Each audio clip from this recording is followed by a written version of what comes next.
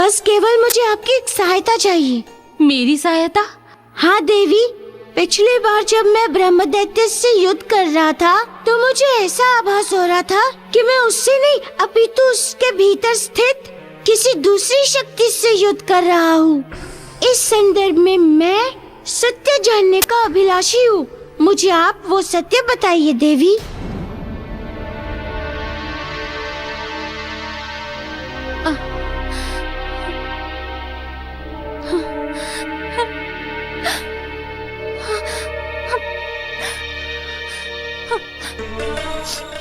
तुम्हें जो आभास हुआ है वो सत्य है।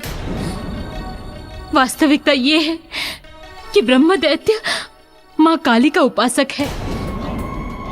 उसने अपने भक्ति से माँ काली को प्रसन्न कर माँ काली से ही उनकी एक योगिनी मांग ली।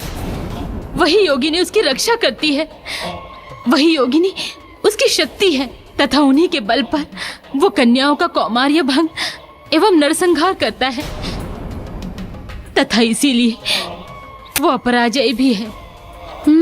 समझा। वही योगिनी उसके शरीर के भीतर भी वास करती है।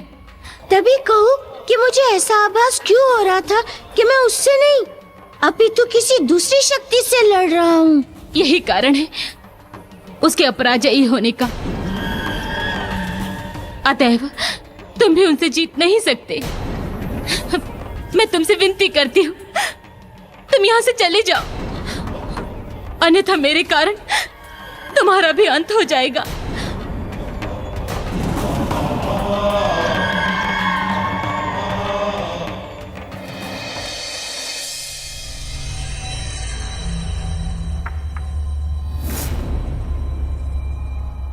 प्रणाम ब्राह्मण देव। आपको हमारा ये शयन कक्ष कैसा लगा? पसंद आया?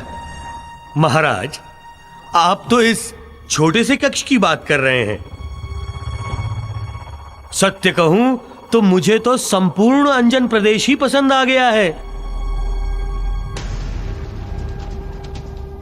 ब्राह्मण देव, ये तो आपकी असीम कृपा है कि आपको हमारा राज्य पसंद आया।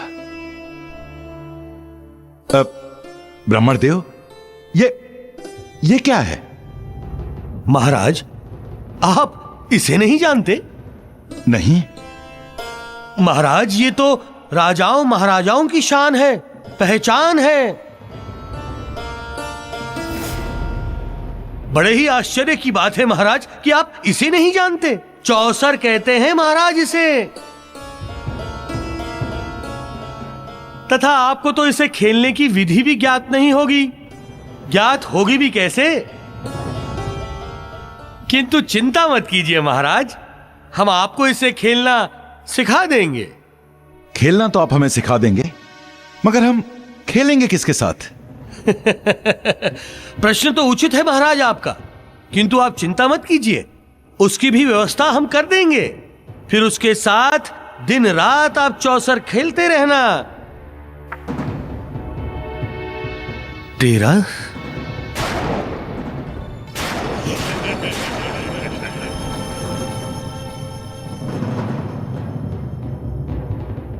क्या हुआ ब्राह्मण देव? आप निराश क्यों हो गए?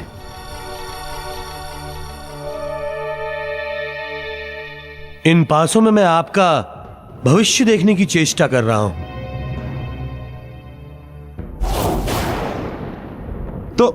तो क्या देखा आपने?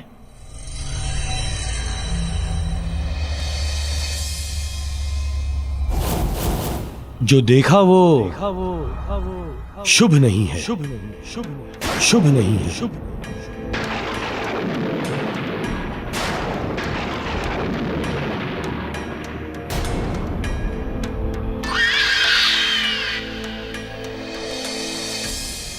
प्रत्येक बार ये 13 की संख्या आ रही है।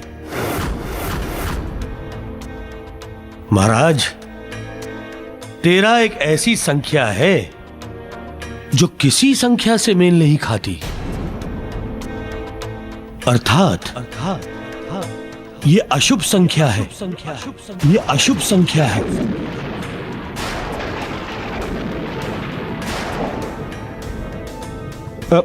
तो अब क्या होगा ब्राह्मण देव? इस 13 से क्या अर्थ निकलता है? इस 13 से यह अर्थ निकलता है महाराज कि आपके इस महल में एक ऐसा प्राणी है जो ना तो आपकी जाति का है और ना ही आपका संबंधी है।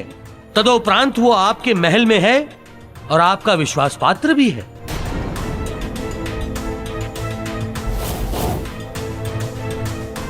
तात्पर्य ब्राह्मण देव? तात्पर्य यह है महाराज कि वो प्राणी जो भी हो वो आपके लिए शुभकारी नहीं है। वो अशुभकारी है, अमंगलकारी है, विनाशकारी है महाराज।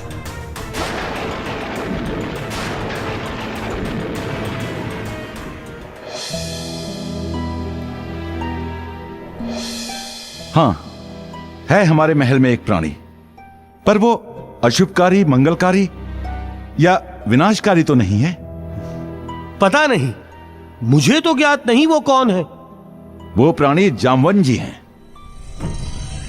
मेरे निकटतम, मेरे सहयोगी, मेरे विश्वास पात्र। मुझे उनसे कदापि भय या संकट नहीं है, अपितु उनके होने से मुझे सुरक्षा और दृढ़ता अनुभव होता है। क्षमा करें ब्राह्मण देव, इस बार आप चूक गए हो, सत्य नहीं कह पाए। महाराज एक क्षण रुकिए, तो पूरी बात तो सुन लीजिए। निसंदेही आप मेरी बातों पर विश्वास ना करें, किंतु मेरे कहने पर एक काम तो कीजिए। बोलिए ब्राह्मण देव। जिसका नाम आपने अभी अभी लिया है उस पर केवल कुछ समय तक दृष्टि रखिए, सत्य सामने आ जाएगा महाराज केसरी। जिसका नाम आपने अभी अभी लिया है उस पर केवल कुछ समय तक दृष्टि रखिए, सत्य सामने आ जाएगा महाराज केसरी।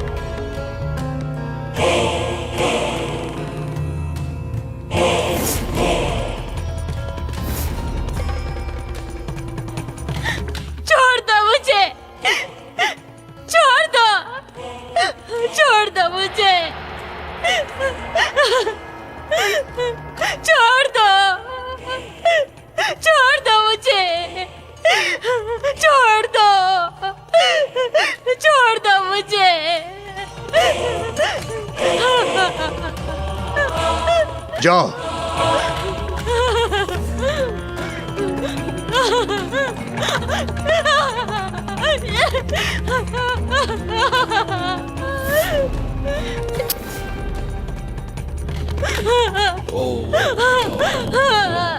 हे माता काली, आज मैं तुझे इस ब्राह्मण कन्या का कौमार्य अर्पित करने जा रहा हूं।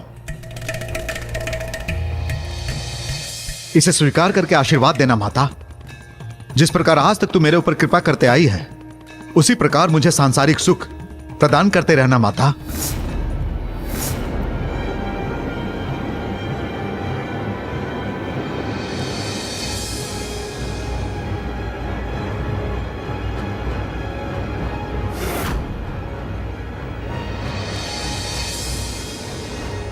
रुक जाओ ब्रह्मदैत्य, रुक जाओ, वहीं रुक जाओ।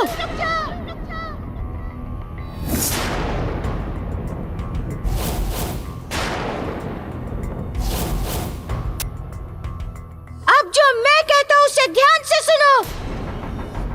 तो योगिनी सिद्धि से इस लोक में सांसारिक सुख तो प्राप्त कर लेगा मूर्ख, किंतु वहां परलोक में तुझे कोई स्थान प्राप्त नहीं होगा। एवं इतना ही नहीं, अगले जन्म में चांडाल में जन्म होगा तेरा, तथा उस जन्म का कष्ट भोगना होगा।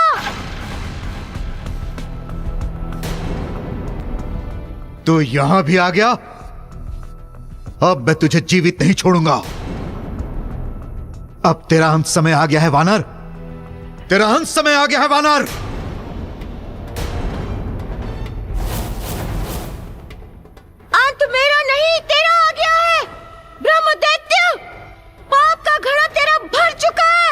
ऐ वानर बालक, तू अभी मुझे भलीभांत नहीं जानता है। अपनी दिव्य खड़क से तेरा वध कर दूंगा मैं। रुक यहीं पर।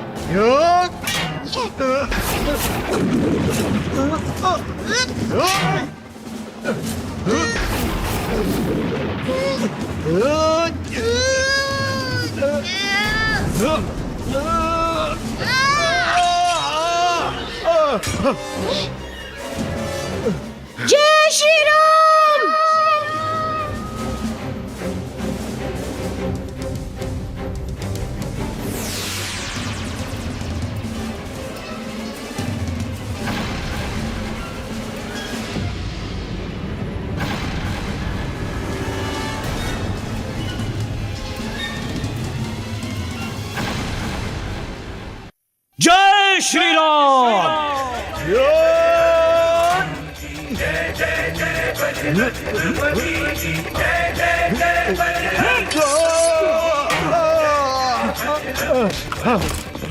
जय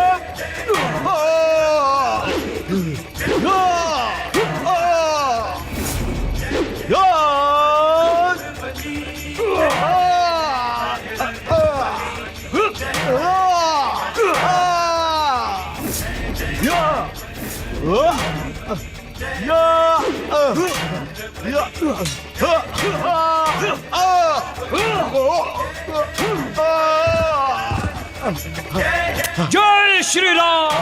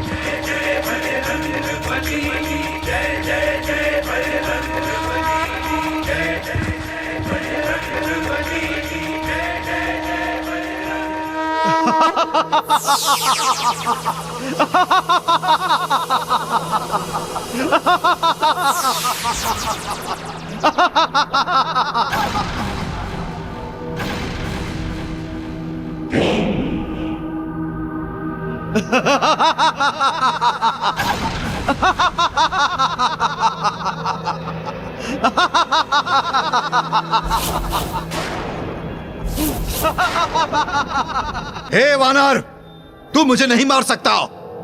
नहीं मार सकता तू मुझे कोई नहीं मार सकता। मैं अजर हूं, अमर हूं, अपराजय हूं। तू मुझे नहीं मार सकता। मुझे मारने की सोच उस स्वप्न के समान है जिसका अस्तित्व निद्रा से जागने के पश्चात कहीं नहीं होता। मुझे मारने का प्रयास मुट्ठी में जल पकड़ने के प्रयास के समान है। हे वानर, तू मुझे नहीं मार सकता, नहीं मार सकता।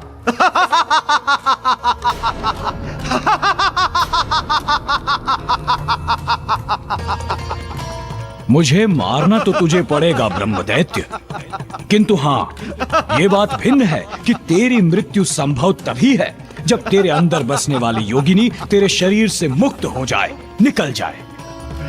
अब तेरा अंत आ गया है वानर। अब तू मरेगा, अब तू मरेगा।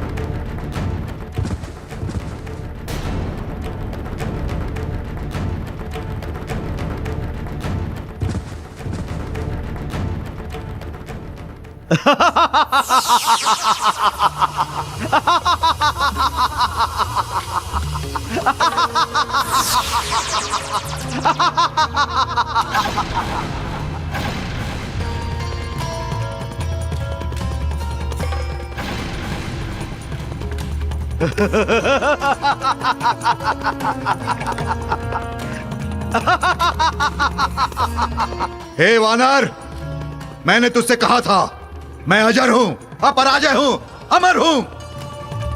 संसार में ऐसा कोई बलशाली नहीं जो मुझे मार सके। तेरा प्रयास विफल होगा।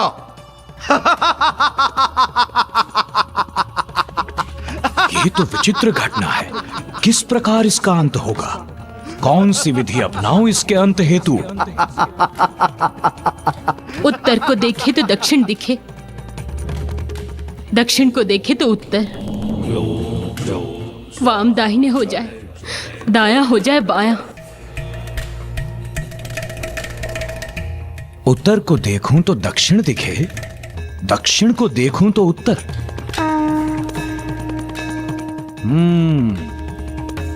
समझ गया देवी, भली भांति समझ गया कि आपके शब्दों का क्या तात्पर्य है।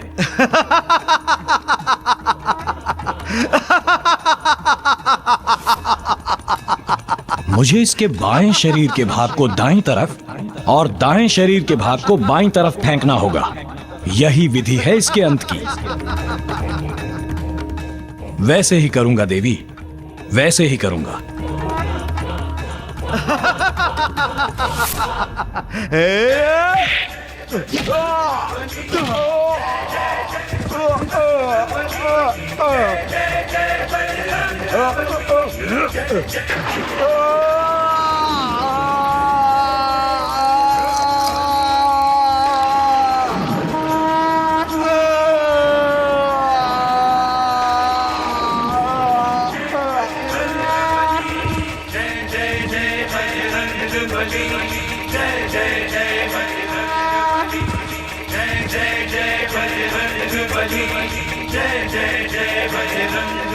हो गया तुम्हारा अंत ब्रह्मदैत्य, हो गया तुम्हारा अंत।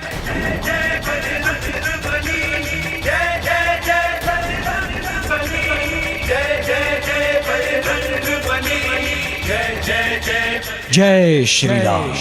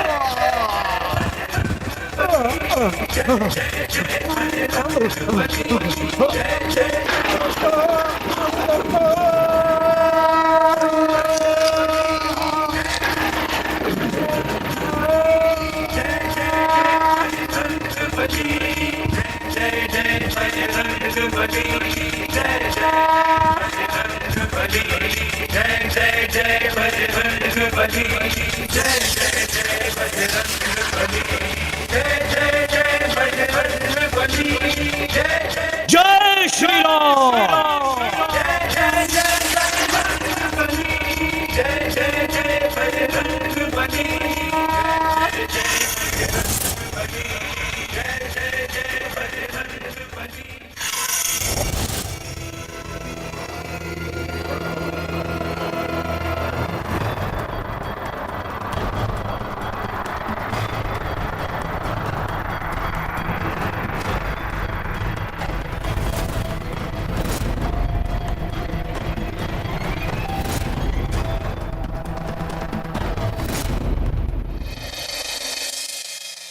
देवी ये क्या है? मारुति, ये योगिनी है। इससे पूर्व कि वो ब्रह्म दैत्य को पुनः जीवित करे, आपको उसे रोकना होगा। रुक जाइए देवी, वहीं रुक जाइए। जो आप करने जा रही है उसकी चेष्टा मत कीजिए। मेरा रुकना असंभव है, मैं अब नहीं रुक सकती। तुमने जिस ब्रह्म दैत्य का अंत किया है वो मेरे स्वामी हैं, तथा मैं उनकी सेविका। उनकी रक्षा करना मेरा कर्तव्य है। मैं अपने कर्तव्य से विमुख नहीं हो सकती, अतएव मुझे उन्हें पुनर्जीवित करना ही होगा। कारण मैं वरदान स्वरूप मां महाकाली द्वारा उन्हें दी गई हूँ उनके रक्षार्थ। यदि मैंने अपने कर्तव्य का पालन नहीं किया तो सेवा धर्म कलंकित हो जाएगा। अतः मुझे तुम रोकने की चेष्टा मत करो, मुझे अपने धर्म का पालन करने दो।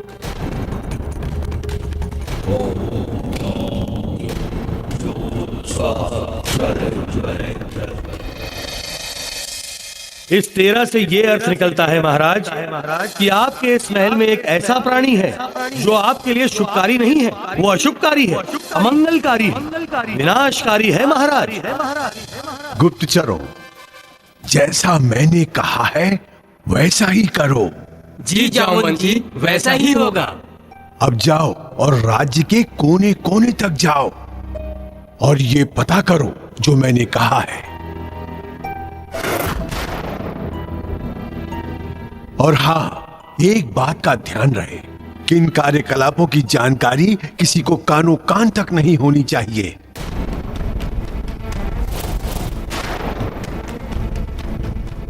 और महाराज को तो बिल्कुल भी नहीं होनी चाहिए। सब कुछ आपके आदेशानुसार ही होगा जामवंत जी। उत्तम, अति उत्तम। अब जाओ, किंतु सतर्कता से। हाँ, जो आज्ञा जामवंत जी। जाओ जाओ जाओ।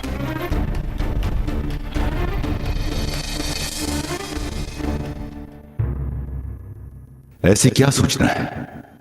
ऐसी कौन सी बात है जिसके हेतु गुप्तचरों को राज्य से बाहर भेजा जा रहा है और उसकी जानकारी मुझे नहीं है? और उन गुप्तचरों को कहा जा रहा है कि इसकी भनक मुझे नहीं लगनी चाहिए। ऐसा आदेश देने का क्या कारण हो सकता है? कहीं महाबली काका मेरे विरुद्ध कोई चाल तो नहीं चल रहे? कोई षड्यंत्र या छल की रचना तो नहीं हो रही? कहीं ब्राह्मण देव सत्य तो नहीं कह रहे हैं? विचार करना होगा मुझे, इस पर विचार करना होगा। माता, मैं आपको आदेश नहीं दे रहा हूँ, आपसे याचना कर रहा हूँ। आप मेरी बात समझने का प्रयत्न कीजिए। आप योगिनी हैं, देवी हैं। आपका जन्म उस माँ काली से हुआ है जिन्होंने असुरों का संहार किया है। ये ब्रह्म दैत्य भी एक असुर है माता। आप इसे पुनर्जीवित ना करें। आप एक स्त्री के दुख को समझिए माता, उसकी वेदना को समझिए। आप देवी होकर, स्वयं एक स्त्री होकर स्त्री का दुख नहीं समझेंगी तो कौन समझेगा? आप संभवतः जानती नहीं इसके आसुरी प्रवृत्ति को। ये जीवित होकर स्त्रियों को केवल दुख ही देगा माता, केवल दुख। आप इन्हें देखिए माता, इन ब्राह्मण कन्या को देखिए। ब्रह्म दैत्य यदि जीवित हो गया तो इन ब्राह्मण कन्या का जीवन नरक बना देगा। अतः मैं आपसे अनुरोध करता हूँ कि आप इसे पुनर्जीवित ना करें।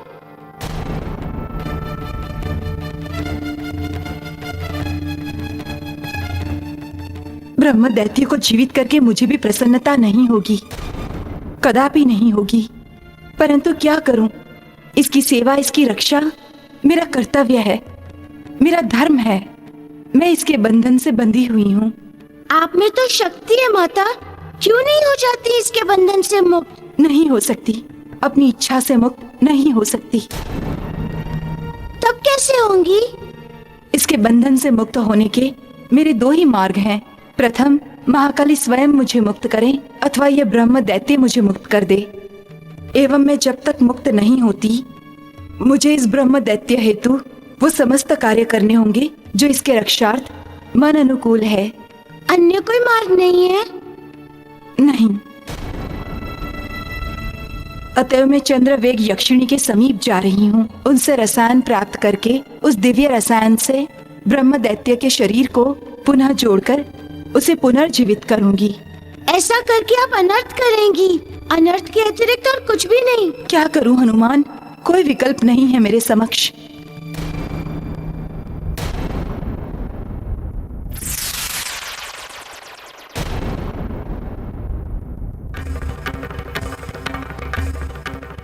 माता, अब केवल आप ही योगिनी को बंधन मुक्त करके इस ब्रह्म दैत्य को पुनर्जीवित होने से रोक सकती हैं। रोकिए माता, इस अनर्थ को घटित होने से रोकिए।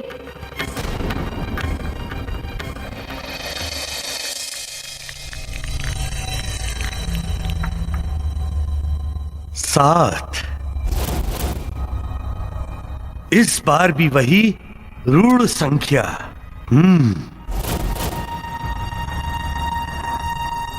क्या हुआ ब्राह्मण देव? क्या बताऊं? क्षमा करें ब्राह्मण देव, संभवतः आप उस बात की गंभीरता को नहीं समझ रहे हैं जो बात मैंने आपको कही है। महाराज, वही तो समझाने की चेष्टा कर रहा हूं मैं आपको इस चौसर से। हाँ, क्या तथ्य प्रकट हुआ ब्राह्मण देव? कृपया बताएं आप। अभी जो इस चौसर पर अंक आया उसका अर्थ समझ रहे हैं आप महाराज? नहीं। इसका अर्थ है व्यू। व्यू? हाँ, व्यू रचना महाराज। आपके महल में इस समय आपके विरुद्ध व्यू रचना की जा रही है। व्यू रचना? कौन रच रहा है ब्राह्मण देव? वही आपका प्रिय विश्वास पात्र जामवंत महाराज, जामवंत।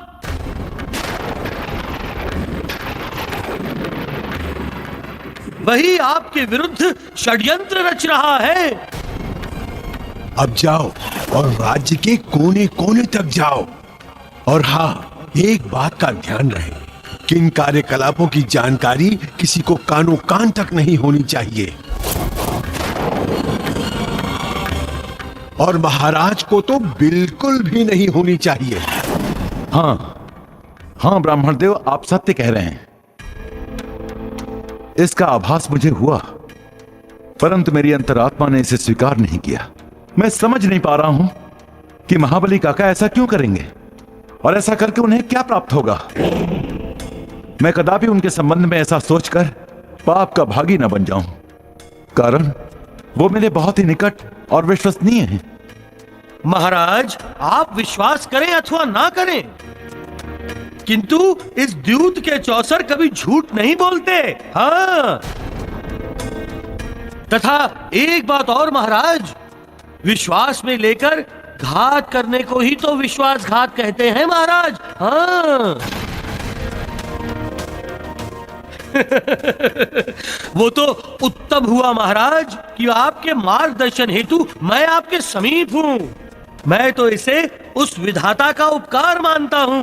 हाँ ब्राह्मण देव, मेरे समक्ष गहन भ्रम की स्थिति उत्पन्न हो गई है।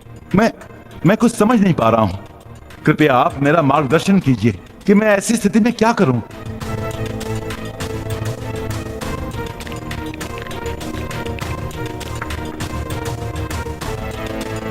बारह।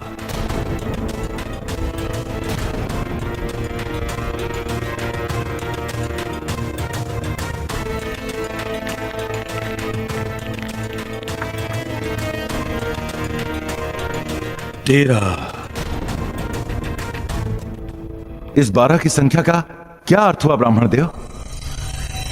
महाराज, अंक 12 का अर्थ है राजा, तथा इस अंक 13 का अर्थ है षड्यंत्र। ये चौसर कह रहा है महाराज कि एक और राजा है तथा दूसरी ओर उसके शत्रु का षड्यंत्र।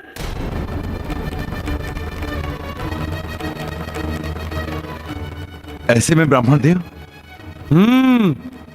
ऐसे में तो इन दोनों में से कोई एक ही बच सकता है महाराज। अब ये आपके ऊपर निर्भर करता है महाराज कि आप क्या करेंगे, अपनी सुरक्षा अथवा उसे अपने ऊपर आक्रमण करने का अवसर। अर्थात आप उसे निकालकर बाहर करेंगे या उसे अपने समीप रखकर घात लगाने का अवसर।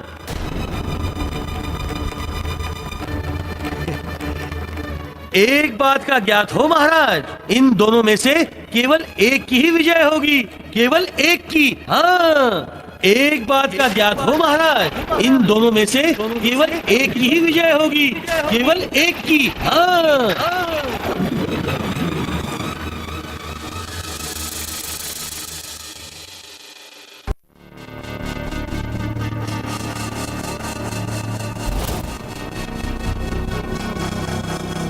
विजय तो केसरी की होगी ब्राह्मण देव, केवल केसरी की ही होगी, अन्य किसी की नहीं। किसी में नहीं इतना साहस कि मेरे जीवन का अहित कर सके। मैं अपने विजय के लिए जो कुछ भी करना होगा वो मैं करूंगा। किसी में नहीं इतना साहस कि मेरे जीवन का अहित कर सके। मैं अपने विजय के लिए जो कुछ भी करना होगा वो मैं करूंगा।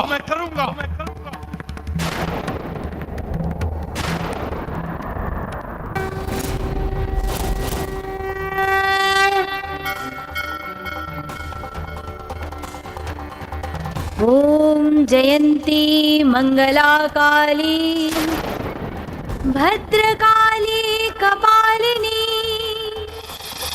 दुर्गा क्षमा शिवा धात्री स्वाहा स्वधा नमोस्तुते स्वाहा। ओम जयंती मंगला काली भद्रकाली कपालिनी दुर्गा क्षमा शिवा धात्री स्वाहा स्वधा नमोस्तुते स्वाहा।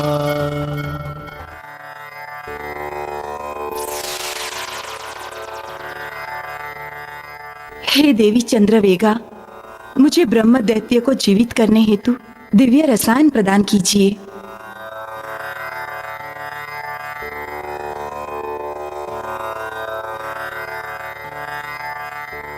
ओम नमो चंद्रधावा चंद्रवेगा नमो नमः।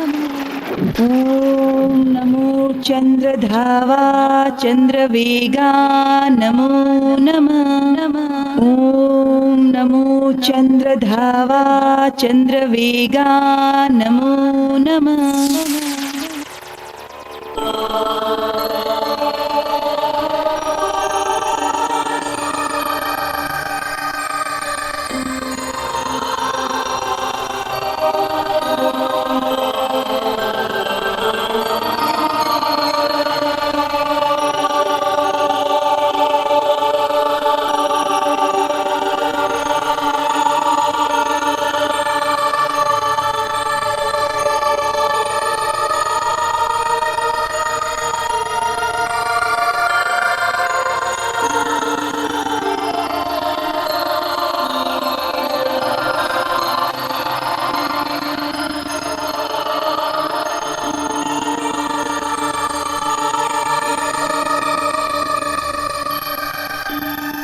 कल्याण हो। ओम जयंती मंगला काली भद्रकाली कपालिनी दुर्गा क्षमा शिवा धात्री स्वाहा स्वधा नमोस्तुते स्वाहा। ओम जयंती मंगला काली भद्रकाली कपालिनी दुर्गा क्षमा शिवा धात्री स्वाहा स्वधा नमोस्तुते स्वाहा स्वाहा स्वाहा।